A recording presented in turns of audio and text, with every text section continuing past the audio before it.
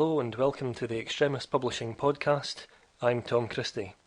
My guest today is Robert Murray, author of The Grocer's Boy, A Slice of His Life in 1950s Scotland.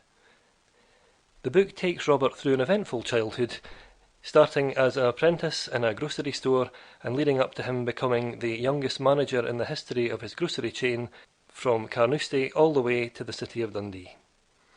I think it's fair to say, Robert, that this has been a book that has had a long history and it's one that you've worked on for some time. Would that be fair to say? Yes, I think that's right, Tom. The origins probably go back to scribbling some notes for my grandchildren. That goes back several years now. I was in England at the time. I started writing some notes about my early life in Carnoustie, covering areas like the church and my school days, my Boy Scout days, and I think I touched a little bit on my Message Boy days as well, but that was the origin of starting to write some notes. And how do you feel looking back and working from your initial research through to the actual development of the book itself, that shopping and grocery shopping in particular has changed and evolved from the 1950s until now? Well, it's a massive change. When I started writing my notes for my grandchildren, which developed into my Message Boy life, and I produced about 20 chapters of my Message Boy days, and it was only nearing the end of writing all of these notes I realised that in my short time as a Message Boy, but particularly in my period as an apprentice grocer until the time I had my first branch, that in parallel with these few years, I actually, unwittingly at the time, was experiencing great change in the grocery trade. When I started off as an apprentice, I was skinning cheeses, and we received sugar in 200-weight bags. In fact, almost all the products arrived, apart from canned goods, in bulk form, and we spent most of our time making up bags of sugar or bags of dried fruits, etc., etc. And so when I came to the latter stage of the book, I realised I was in an area where self-selection, which was a precursor to self-service, had begun. And my first branch in Brantwood Avenue in Dundee, in fact, had hardly any bulk products, apart from, I remember potatoes and carrots still came in bags, still with the earth all around, and they weren't clean and tidy in the way they are today. But the Brantwood Avenue branch basically had goods in packets. Of course, it was all counter-service. That's where the biggest change has come. And you obviously write with great affection about Carnoustie and Tayside in general. What kind of changes have you noticed in the area, and how many things do you feel have pretty much stayed the same? I think what's stayed the same is the need that customers expect.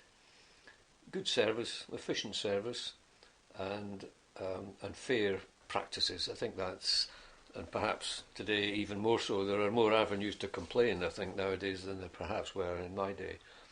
But the main change was in a small place like Carnoustie, when I was writing about a period when Carnoustie's population was approximately 5,000. And in those days we had about 9 main grocery store outlets, 3 of which might have been the local co-op, but the others were made up of high-class wines and spirits grocery businesses, as well as William Loan Company, my company, which was primarily groceries and provisions, fruit and veg. And in those days, that 5,000 population in Carnoustie had as employers in the area the local foundry, the Anderson Grice foundry. We had an SAI chemical works, which produced products for putting on fields, etc. We had a jute factory, weaving and spinning. We had a jam factory. All of these were working at full capacity. There was no problem with jobs. In fact, people could move jobs at will in those days. In today's world, the population is somewhere around 13,500. And with no disrespect, the two shops we have are Spar and the Co-op. We have two Co-op branches and two Spar shops because the whole complexion of the town has changed. People reside in the town and commute to places like Aberdeen, Edinburgh, Dundee. Well, one thing that comes across very strongly in your book is your passion for stage performance and amateur dramatics. Do you feel that the skills that you picked up from the customer service aspect of working in a grocery helped to inform that interest, that initial talent for stage performance? It's an interesting question. I don't know which came first, to be honest. Nobody believes me, but I tell the story that up until I was about 17, I could hardly speak to a girl. I was so shy, I didn't know what to say. I think I've got a little bit about that in my book. I couldn't even take a girl's hand on my way to the Boy Scouts party. But so yes, there possibly was something in the moment when I was propelled forward to serve at the counter, my first customer. That was quite a daunting experience. I think that forced me to communicate with people. I got guidance on how to deal with customers. So the very fact I did that job, it was a face-to-face contact with the public.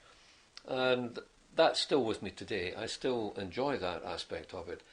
But what helped me hugely was, again, unwittingly, I found myself in an amateur dramatic club.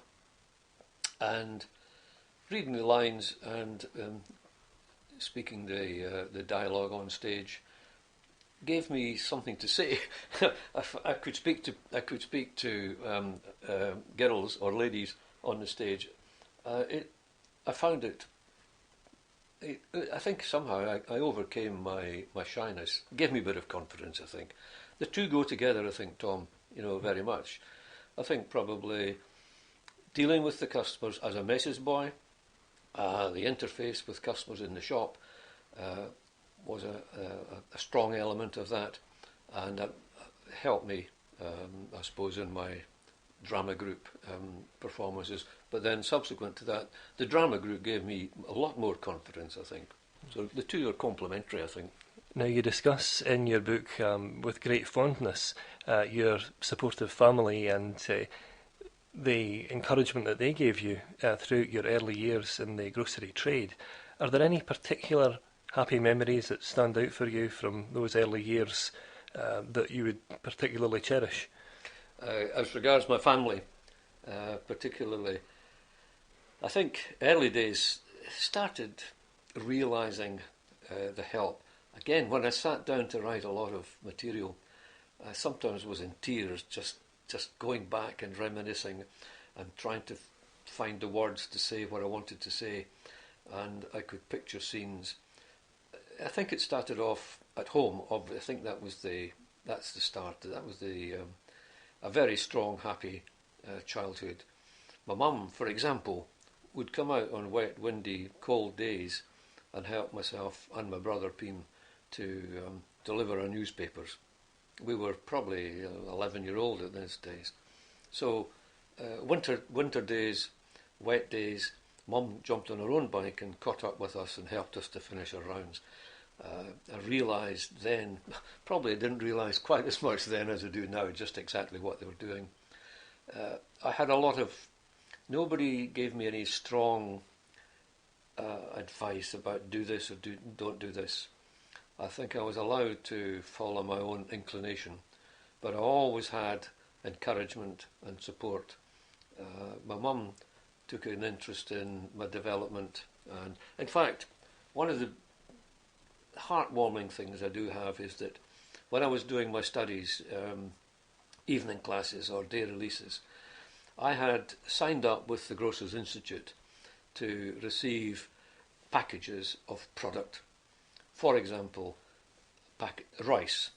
There were numerous varieties of rice and numerous countries of origin of rice. So a packet would arrive from the Grocers Institute with probably up to 10 little small cans of rice, about the size of a sardine can. And I had to learn the characteristics of teas, coffees, rice, cereals, etc. And in those days, it was no double glazing, linoleum floors, and my mum used to come upstairs with a shovelful of red burning coal and put it in the grate of my bedroom fireplace. Sounds amazing now to think about the health and safety aspects of that, but that's what she did. That was just because I studied up in my bedroom with all my papers and my samples on a little fold-up card table. And occasionally Mum would come and help me. She'd hide the labels of these products and hold up at random different samples and help me with my identification of various items. So that was one example of the interest and the encouragement that my mum gave me. One of the landmark days you discuss in relation to your early time at the grocery was the arrival in Carnoustie of the first freezer unit at the grocery store where you worked. What role did changing technology have in the grocery trade at that time? It was just beginning. Prior to the arrival of a walk-in stand-in fridge was the fact that our bulk butter, our bulk lard, our bacon and cooked meats were never held in a refrigerated store. At the end of each day, these products were placed, in the case of bacon and cooked meats, were placed upside down, what we call face down. So the cut of the product that was being sliced on the machine was the face of the cut. They were placed face down on a marble slab covered with muslin. In the case of butters, they remained on the shelf with a muslin draped across the area.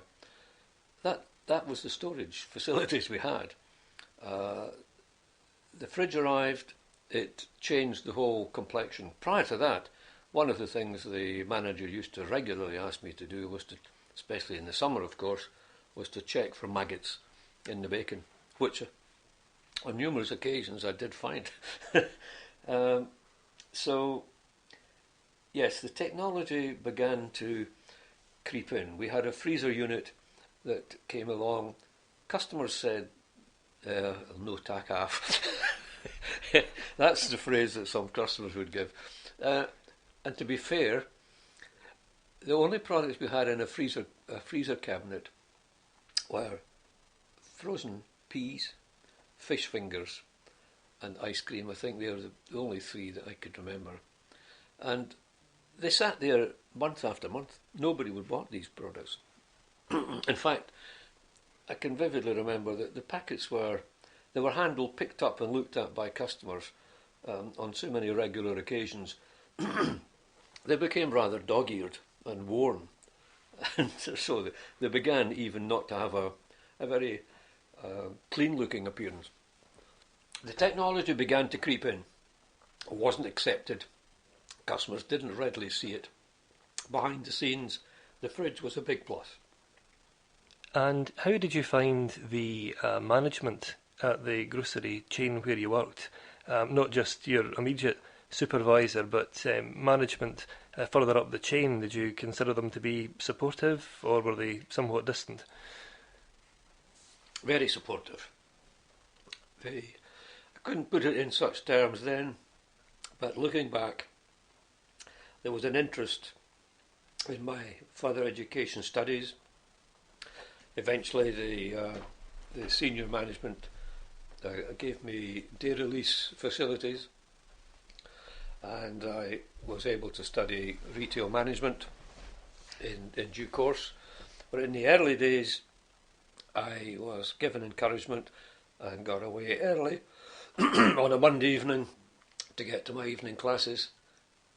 Yes, without doubt, there was a very good, I don't know about paternalistic, but it certainly was in that area of being very supportive in the further education world. Could you tell us more about the initiation into the Grocers Institute? Tell us something about the examinations that you had to face at the time. Yes, well, the examinations started off with a preliminary stage, an intermediate stage and a senior stage. The prelims were quite straightforward. We got basic arithmetic. We then advanced into accounts. We had some product, the background to production of, for example, we knew a lot about how coffee was grown and produced, tea was grown and produced, the cuts of bacon. So in terms of products, world geography of where products came from, all of these elements were in the preliminary stage. We gradually moved into appropriate legal elements of sale of goods and very early days of food hygiene. And so, yes, that advanced. The strange thing was eventually that there was a practical element to our studies, which meant that in our third year, which by then was called our membership of the Institute year, we had a preliminary level, we had an intermediate level which was designated as an associate of the Institute. Then our final year we became a member of the Institute. To succeed was as a member, we did theoretical work and exams in Dundee, and for the practical work we had to go to London, and we had practical exams there, recognising and tasting, tea tasting, coffee roasting, product identification. All of that element was there. So it was a rounded course that gave us background theory, shop practices, routines, and product. And what about the popular culture of the time? What were the radio shows and the popular songs that you were enjoying at that point? They were quite amusing. I take back and think back to days of the Ovaltinis. That's a very early thing in my life. The Ovaltinis was a programme where it encouraged children to become an Ovaltini, and we if we wrote off, and we did, the whole family, my brother and my sister and I, we all wrote off to apply to be an Ovaltini, and we then got little books sent back with the words of the song which came across on the radio. The radio, I may say, was probably a battery radio. We were slightly one level up from having a bottle of acid battery radio, but we had a dry battery radio. On Sundays, I remember programmes which gave what today would be called Top of the Pops, I suppose. We got regular Sunday programmes. I remember songs like Sailing Down the River on a Sunday Afternoon. I think that's the sort of thing that we got in those days. Gradually, coming into teenage years, it became slightly more Hollywoodish. There was a lot of the records, the old 75 records became 45 records, or 33 1/3 records. And so things began to change, especially the 45s. You could buy 45s quite easily, and that became part of life. And one of the key developments that came around near the end of the 1950s was when you were appointed at the age of only 19 as the youngest manager in the history of your grocery chain. Now, what did that feel like? I would think daunting. A mixture of a lot of emotions. I enjoyed the work in the grocery store. I gradually became quite, I would say, comfortable, because I was proficient, I think, in the practicalities, dealing with customers. I began to learn the purchasing of goods, the ordering of goods, certainly the sale of goods. Being a message boy, I could see the process all the way through from the purchase of goods, the displaying of goods, the window displays, and selling. It was a process, and so I understood all of that, and that gave me a lot of confidence. And one of the other issues that you had to come to terms with at that point was that in assuming the management role in a new branch of the store, you also had to move from Carnoustie, which was a bustling seaside town, to Dundee, which obviously was a major urban area. What did that feel like? Yes, well, it was daunting equally as much as becoming a manager. Can I just say, I think that I'd never actually dreamt and had a great aspiration to be a manager.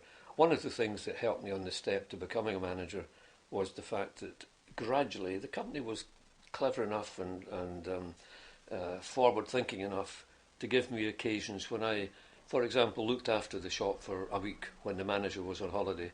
So I was introduced to the idea of helping and experiencing, even for a week, a management job. So when I went to Dundee, the big change for me was as much a shock in the surroundings, and I suppose today's word could be culture, the culture of Carnoustie, a homely town, quiet little place. I think possibly I was quite closeted in Carnoustie. It was a comfortable life amongst people I knew. I suddenly then faced jumping on a bus at 7:30 in the morning and arriving in the city of Dundee. I'd hitherto been to the city on Tuesday afternoons when we spent with my grocery colleagues an afternoon before we did our evening class studies. But we only knew Dundee in the centre of the city. We went to the cinema on a Tuesday afternoon. Sometimes we then had a fish and chip tea, and then we went off to do our evening class studies. So my knowledge of Dundee was very limited. It was just a high street knowledge, a shopper's knowledge, if you like, of Dundee. Suddenly then I had to get on a bus, a double-decker bus, and my first branch was quite a distance up the hill all the way to near the Law. Otherwise, it's a hill known as the Law in Dundee. So the branch was quite a bit away. It was a new world for me. The clientele around that branch consisted of hard-working people living in a beechwood estate, and then a group of people who were in very tidy, well-to-do and well-managed council house areas, as well as private properties and a different clientele on the other side of the main road. So there was distinctly, I began to realise there were three groups of people there, but they were all customers in my shop. I could probably identify all of them as to which part of the city they came from. But equally, they were all my customers. I treated them all the same way. And it was an eye-opener for me. I had a little troubles sometimes with some of the terms that the customers would use, which were new to me. And to be absolutely honest about it, I didn't know enough about the body language and the behaviour of people to know whether people were all genuine. I took it as face value, but I knew perhaps I had to be on my guard. I didn't really know if I could trust all these city people. Eventually I came to realise they were absolutely fine, they were brilliant. They had a sense of humour, they were honest, down-to-earth, hard-working people, and I began to enjoy it. And looking back now on all of the changes that have taken place, both in the world and in the world of grocery particularly, what advice do you think the Robert Murray of today would give his younger self, who's first embarking on that initial journey into the grocery trade? Well, I think just behave yourself for a start. Don't be silly. Follow the rules. The message boy role in itself taught me to be efficient. There's a box of groceries, take it to such and such a customer. Just go and do it. Don't dilly-dally. Don't forget where you are and stop and chat with your pals or whatever. You had a job to do, go and do it. Sometimes I could possibly have to collect some money or run an errand with money, so I began to be trusted with instructions and trusted with money. again, unwittingly, I was learning to be diligent, follow the rules, be efficient, honest. So these words are what I would say to a young person today. It's easy to say the words, but it's more important to actually carry out the actions and basically follow instructions, be efficient, do what you're told, and respect. Respect the advice you get from your management colleagues. Well, Robert, there's no questioning that you've had an eventful life that's taken in many different aspects of the grocery trade at a really important transitional period in its development. Thank you very much for having joined us today. That's very good, Tom. I've enjoyed chatting with you. Thank you.